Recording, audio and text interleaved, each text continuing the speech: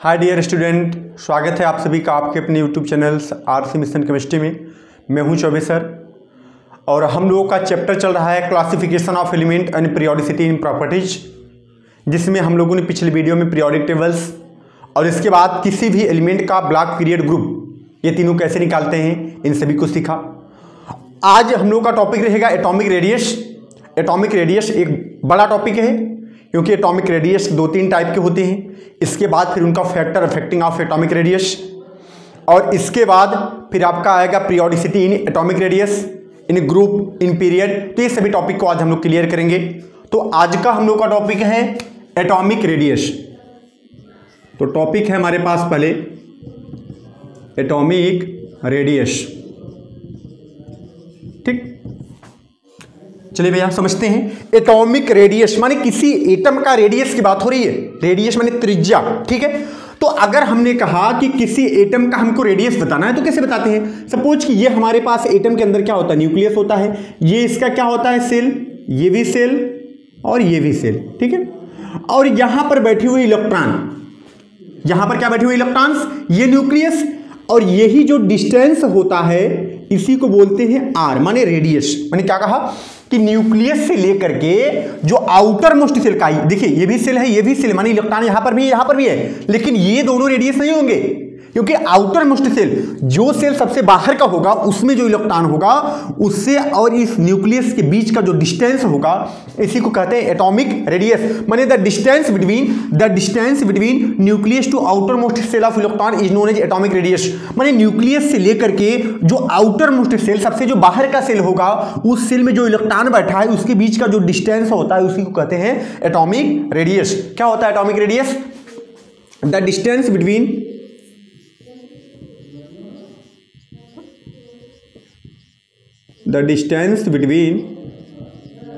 nucleus to outermost cell of electron, outermost cell of electron, ठीक है। तो the distance between nucleus to outer most shell of electrons is known as atomic radius. ये nucleus से outer most shell का जो electron होता है इसी का जो डिस्टेंस होता है इसी को कहते हैं एटॉमिक रेडियस। लेकिन ये चीजें हमको पहले बताई गई थी 9th में 10th में, ये बात सही थी। लेकिन जब हम 11th में आए तो हमने क्या देखा कि electrons behaves in the form of wave, माने इलेक्ट्रॉन जो है एक वेव की तरह भी व्यवहार करता है। माने अब ये इलेक्ट्रॉन कोई पार्टिकल तो रहा नहीं कि एक ही जगह फिक्स रहेगा, ये तो वेव की तरह है ना। तो वेव तो ऐसे चलता है, ऐसे से चलता है वेव, माने कहीं पर भी हो सकता है। एक बात, दूसरी बात, सेल कितना होता है, तो सेल तो क्या होता है, इन्फिनाइट होता है। नंबर ऑफ सेल कितने होते हैं, ये 1 2 3 4 कितने होते हैं, इन्फिनाइट हो सकते हैं। तो कहां पर इलेक्ट्रॉन होगा, तो इसलिए हम लोग किसी एटम के रेडियस को इस तरह से आइडेंटिफाई नहीं कर सकते कि न्यूक्लियस से आउटर मोस्ट सेल का जो डिस्टेंस होगा इसी को कहेंगे रेडियस। ये बात सही नहीं है।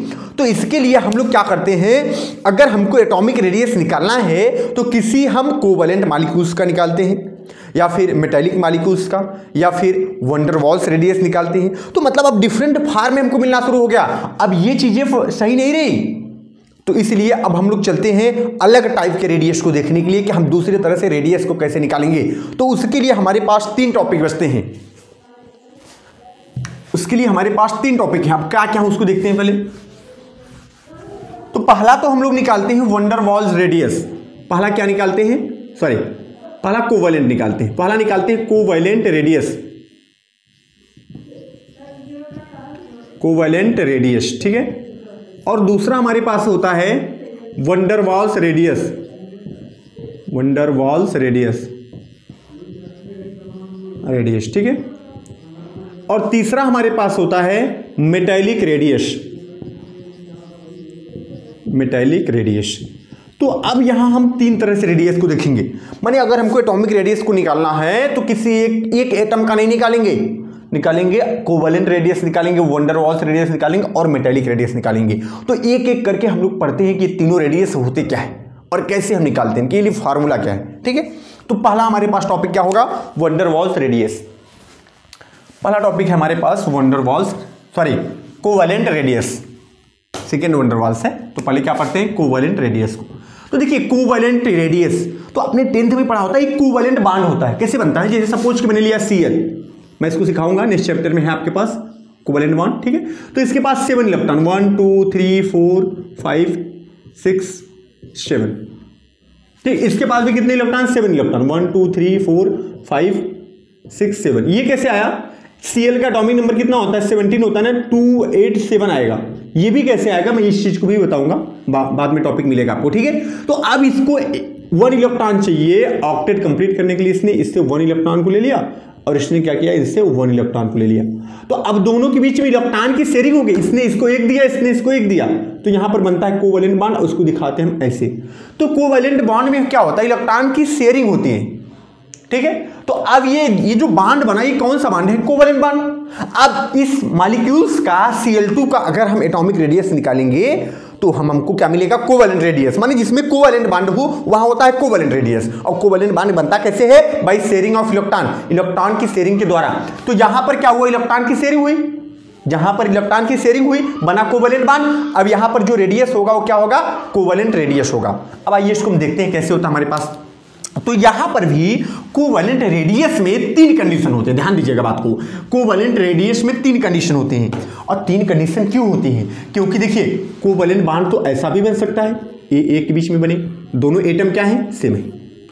कोवैलेंट बॉन्ड ऐसा भी बन सकता है, ए और बी के बीच में बने, दोनों एटम क्या है? डिफरेंट है। और तीसरा होता है कोवैलेंट बॉन्ड ए बी के बीच में बने। अरे भाई ये दोनों तो सेम होगा, सेम नहीं है। मैंने क्या कहा कि ए एटम है और ए बी एटम है, और मैंने कहा कि यहां पर दोनों की इलेक्ट्रोनेगेटिविटी नियरली सेम है। यहां पर देखो ये दोनों एटम अगर सेम है तो दोनों की इलेक्ट्रोनेगेटिविटी क्या होती है? इलेक्ट्रॉन को खींचने की क्षमता, अट्रैक्ट करने की कैपेसिटी जो होती है। तो अब इलेक्ट्रॉन देखो यहां पर कोवैलेंट बॉन्ड है, ये तीनों कौन सा बॉन्ड है? कोवैलेंट बॉन्ड है। तो कोवैलेंट बॉन्ड तभी बनेगा जब इलेक्ट्रॉन की शेयरिंग होगी, जैसे मैंने दिखाया वहां पर। जब इलेक्ट्रॉन की शेयरिंग होगी तो उस शेयर के इलेक्ट्रॉन को खींचने की टेंडेंसी जो होती है वही होती है इलेक्ट्रोनेगेटिविटी। तो अब यहां पर अगर दोनों एटम सेम है तो दोनों की इलेक्ट्रोनेगेटिविटी क्या होगी? सेम होगी। लेकिन यहां पर दोनों एटम क्या हो गए? डिफरेंट हो गए। तो दोनों की इलेक्ट्रोनेगेटिविटी थोड़ा सा डिफरेंट हो सकती है या ज्यादा डिफरेंट हो सकती है। तो मैंने कहा कि सपोज करिए कि ए और बी की इलेक्ट्रोनेगेटिविटी नियरली सेम है, जैसे सी और एच होते हैं ना, सी और एच, दोनों की दोनों एटम कैसे? डिफरेंट है, लेकिन दोनों की इलेक्ट्रोनेगेटिविटी नियरली सेम होती है। माने इलेक्ट्रॉन की खींचने की कैपेसिटी जो है दोनों की लगभग सेम होती है। और यहां मैंने क्या कहा? यहां मान लो कि दोनों की इलेक्ट्रोनेगेटिविटी ज्यादा डिफरेंट है। जैसे मैंने कहा HCl देख लो आप, तो इसकी क्या है? बहुत कम होती है, इसकी बहुत ज्यादा होती है। और यहां पर भी डिफरेंट है लेकिन दोनों की लगभग सेम होती है। तो कितने कंडीशन हमको मिले कोवैलेंट रेडियाई में? 3 कंडीशन। एक है जब एटम सेम हो, जब दोनों एटम क्या हो? सेम हो। तो आइए हम इसको दिखाते हैं एक एक करके। पहला कंडीशन हमारे पास क्या लगेगा बेटा? पहला कंडीशन लगेगा कि जब दोनों की इलेक्ट्रोनेगेटिविटी लगभग एटम ही सेम हो जाए, क्योंकि जब एटम सेम रहेंगे तो उनकी इलेक्ट्रोनेगेटिविटी भी सेम रहेगी। तो मैंने क्या माना? सपोज करिए हमारे पास एक है ए और दूसरा भी क्या है? ए है। ये दोनों के दोनों क्या है? मॉलिक्यूल्स है, ठीक है। और दोनों अगर मॉलिक्यूल्स हैं तो दोनों के बीच में क्या होगा? दोनों के बीच में क्या होना चाहिए? दोनों के बीच में होगा कोवैलेंट बॉन्ड, ठीक है। ये है कोवैलेंट बॉन्ड, ठीक। अब ये बना दोनों के बीच में कोवैलेंट बॉन्ड। कैसे बनता है? ऐसे, शेयरिंग ऑफ इलेक्ट्रॉन। ये इसका सेंटर होगा, ये इसका न्यूक्लियस मान लीजिए, ठीक है। अब दोनों के न्यूक्लियस के बीच का मैं डिस्टेंस निकाल लिया। ध्यान दीजिए बात, मैंने क्या किया? मैंने क्या कहा कि ये ए है और बी है, ये वाला दोनों के बीच में कौन सा बॉन्ड है? कोवैलेंट बॉन्ड है। लेकिन दोनों क्या है? सेम एटम है, सेम एटम के मॉलिक्यूल्स हैं ये, ठीक है। तो अब यहां पर ए और यहां पर भी ए, तो दोनों की इलेक्ट्रोनेगेटिविटी भी क्या होगी? सेम होगी। जब एटम सेम है तो उनकी इलेक्ट्रोनेगेटिविटी भी क्या होगी? सेम होगी। और इसके न्यूक्लियस और इसके न्यूक्लियस दोनों के बीच का डिस्टेंस मैंने मान लिया कि है DAA। भाई इसका डिस्टेंस डी फॉर डिस्टेंस, इसका ए का, तो DA मिल गया, ठीक है। दोनों का डिस्टेंस क्या है? DAA है, ठीक है। तो हमको करना क्या है? अगर दोनों एटम सेम है तो दोनों के न्यूक्लियस के बीच का जो डिस्टेंस है उसका कर दीजिए हाफ। तो हाफ अगर कर देंगे तो क्या मिल जाएगा हमको? कोवैलेंट रेडियाई मिल जाएगी इसका, जब एटम सेम होगा। मैंने क्या कहा भाई? ये एटम दोनों के बीच में क्या हुई? शेयरिंग हुई इलेक्ट्रॉन की, बना कोवैलेंट बॉन्ड, ठीक है। हमने क्या किया? इसका डिस्टेंस और इसके न्यूक्लियस का डिस्टेंस ले लिया। जब दोनों न्यूक्लियस का डिस्टेंस ले लेंगे उसका कर देंगे हाफ, तो यहां पर क्या मिल जाएगा हमको? एक एटम का रेडियाई मिल जाएगा। माने हम ऐसे कह दें आर, माने कोवैलेंट रेडियाई इक्वल टू क्या हो जाएगा? DAA/2, ध्यान दीजिए बात को, क्या मिला, dA/2, मान dA है क्या, दोनों के बीच का डिस्टेंस है, दोनों के न्यूक्लियस के बीच का डिस्टेंस है, दोनों एटम के न्यूक्लियस के बीच का डिस्टेंस dA/2 मैंने कर दिया तो क्या मिला, कोवेलेंट रेडियस मिल गया हमको। ठीक है, ये कब मिला, जब दोनों एटम सेम हो। अब दूसरा कंडीशन क्या है, दूसरा कंडीशन ये है कि दोनों एटम क्या हो हमारे पास, डिफरेंट हो, लेकिन दोनों की इलेक्ट्रोनेगेटिविटी नियरली सेम हो, दोनों की इलेक्ट्रोनेगेटिविटी क्या हो, नियरली सेम हो। तो तब यहां पर क्या करेंगे, अब सपोज करिए कि मैंने लिया एक हमारे पास A है और दूसरा हमारे पास B है, ठीक है, और ये A हुआ और ये हमारे पास B हो गया। ठीक है, अब दोनों के बीच में क्या हुई, इलेक्ट्रॉन की शेयरिंग हो गई, ये A है और ये B है। ठीक है, तो यहां पर ये देखिए ये डिस्टेंस हो गया इसका DAB, माने डिस्टेंस किसका किसका, A का और B का। तो यहां पर क्या निकालेंगे, हमारे पास DAB equal to RA plus RB, RA plus RB, ये क्या है, DAB माने डिस्टेंस हो गया, दोनों न्यूक्लियस के बीच का डिस्टेंस, और रेडियस A का और रेडियस B का। ठीक है, तो इस तरह से हम लोग इस फार्मूले का यूज करके दो ठे अगर डिफरेंट एटम के मॉलिक्यूल्स हैं तो उनका हम लोग रेडियस निकालेंगे। डिस्टेंस हो गया ये RA और RB, अगर RA दिया है RB पूछा जाए तो क्या करेंगे, डिस्टेंस दिया रहेगा माइनस कर लेंगे, आसानी से आ जाएगा। सपोज करिए कि RA दे दिया और RB पूछा, माने A का रेडियस दे दिया और B का रेडियस पूछ लिया और डिस्टेंस दे दिया है, तो क्या कर लेंगे, माइनस कर लेंगे, अपना डिवाइड कर लेंगे, जैसे भी हमको देगा, जैसे पूछेगा उससे हम लोग निकाल सकते हैं आसानी से। ठीक है, तो इस फार्मूले का यूज करके हम लोग निकालेंगे different atom nearly same electronegativity का एटॉमिक रेडियस। अब एक कंडीशन हमारे पास और बचा कि एक तो डिफरेंट एटम हो, और जब डिफरेंट एटम हुए तो उनके बीच का उनके जो इलेक्ट्रोनेगेटिविटी है, माने जो इलेक्ट्रॉन की खींचने की क्षमता है वो थोड़ा सा डिफरेंट ज्यादा है। तो उसके लिए क्या लगाते हैं, सपोज करिए फिर वही कंडीशन आए कि हमारे पास A है और B है और ये हमारे पास हो गया, ठीक है, A और B। अब यहां पर मैंने क्या माना, चलिए यहां इसका डिस्टेंस मान लेता हूं, इसका डिस्टेंस क्या होगा, DAB। अब यहां पर मैंने क्या माना कि A is greater than B, माने A की इलेक्ट्रोनेगेटिविटी क्या है, ज्यादा है और B की इलेक्ट्रोनेगेटिविटी क्या है, कम है। तो यहां पर हमारे पास फार्मूला लगेगा DAB equal to RA plus RB minus 0.9 del x, ये फार्मूला लगता है। 0.9 वैल्यू सॉल्व किया गया, डेल एक्स क्या होता है, डेल एक्स इक्वल टू आप लिख सकते हो x A and x B. ठीक है, x A minus x B लिख सकते हो, इसको क्या लिखते हैं, x A minus x B. X A है क्या, इलेक्ट्रोनेगेटिविटी है, वही जो इलेक्ट्रॉन को खींचने की क्षमता है, इलेक्ट्रोनेगेटिविटी, किसकी खींचने की क्षमता, इलेक्ट्रॉन को खींचने की क्षमता किसकी, ए की हो गई। इसी तरह किसका हो जाएगा, बी का। ठीक है, तो अगर डिफरेंट एटम है उनकी इलेक्ट्रोनेगेटिविटी क्या है, डिफरेंट है, तो इस फार्मूले का यूज करेंगे उसको, किसको, कोवेलेंट रेडियस को निकालने के लिए। तो अब ये हमारे पास हो गया टॉपिक कोवेलेंट रेडियस। अब हम लोग अगले पर चलते हैं, इसका नाम है वंडर वॉल्स रेडियस। तो आइए उसको भी देख लेते हैं कि वंडर वॉल्स रेडियस क्या होता है। सेकेंड टॉपिक्स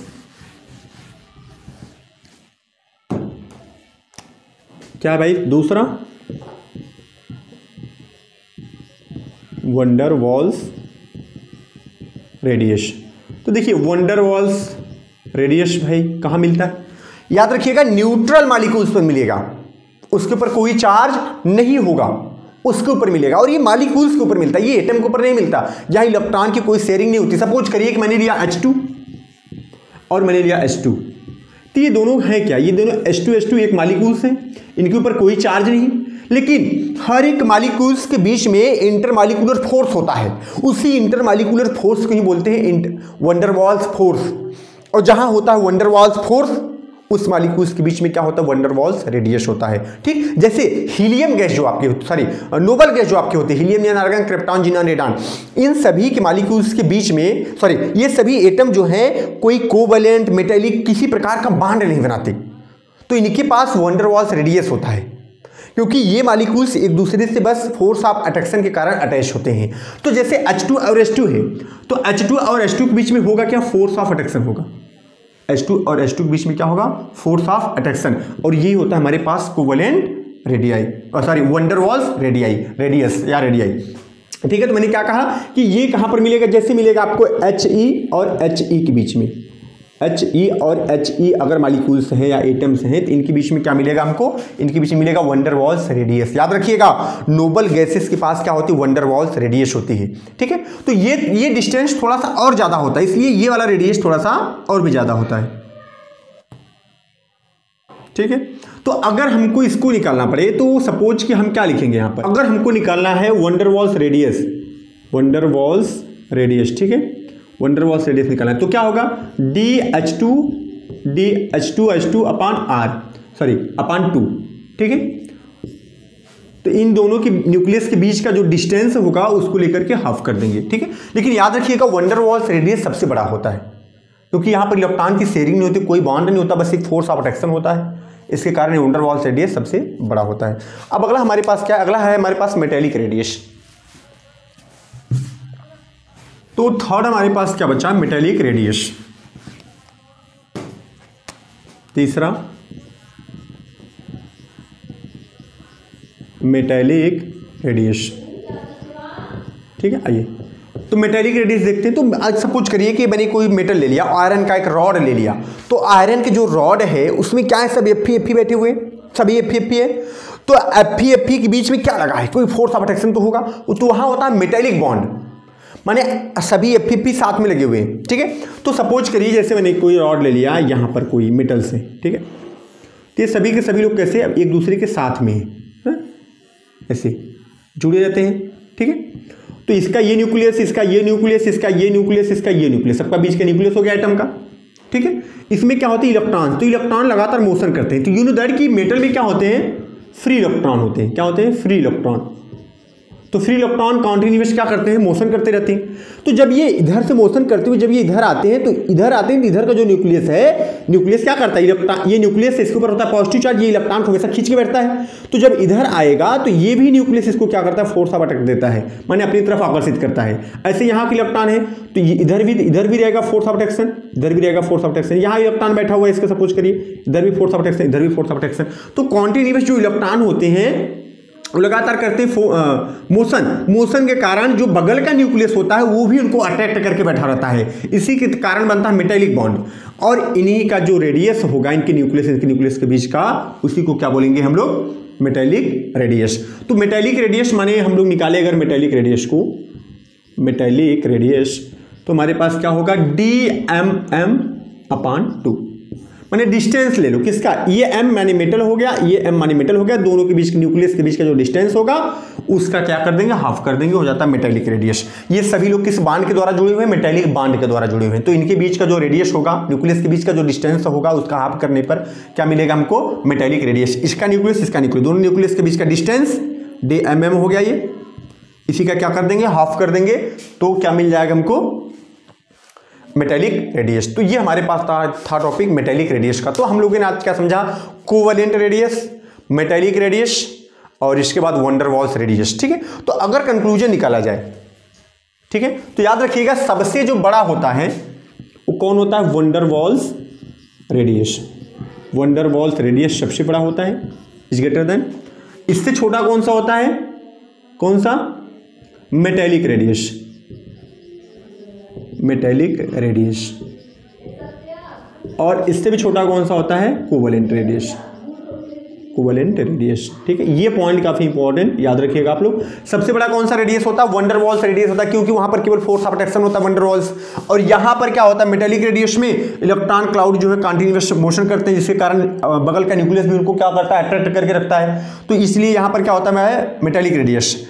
और कोवेलेंट रेडियस में क्या होता है, इलेक्ट्रॉन की शेयरिंग हो जाती है ना, तो इलेक्ट्रॉन अट्रैक्ट हो जाता ज़्यादा। ठीक, तो मालिक्यूल्स के एटम जो है ज़्यादा पास पास आ जाते हैं, इसलिए वहाँ की रेडियस जो है सबसे छोटी होती है। तो सबसे बड़ी वन डेर वाल्स रेडियस, इसके बाद फिर मेटेलिक रेडियस, इसके बाद फिर कोवेलेंट रेडियस होता है। ये चीज़ें आप याद रखेंगे। अब जो है हमारे पास टॉपिक 2 बचा है। एक तो बचा है पीरियोडिसिटी ऑफ एटॉमिक रेडियस, माने एटॉमिक रेडियस जो होता है टॉप टू बॉटम और लेफ्ट टू राइट जाने पर इंक्रीज करता है या डिक्रीज करता है और क्यों करता है। दूसरा टॉपिक जो हमारे पास है factor affecting of atomic radius, माने कौन कौन से ऐसे फैक्टर हैं जो एटॉमिक रेडियस को इफेक्ट करते हैं, माने डिक्रीज करते हैं या इंक्रीज करते हैं। ठीक है, तो अगर मैं इस वीडियो में इसको डिस्कस करूंगा तो थोड़ा सा बड़ा हो जाएगा, इसलिए उसको हम लोग पढ़ते हैं नेक्स्ट वीडियो में। Thank you so much.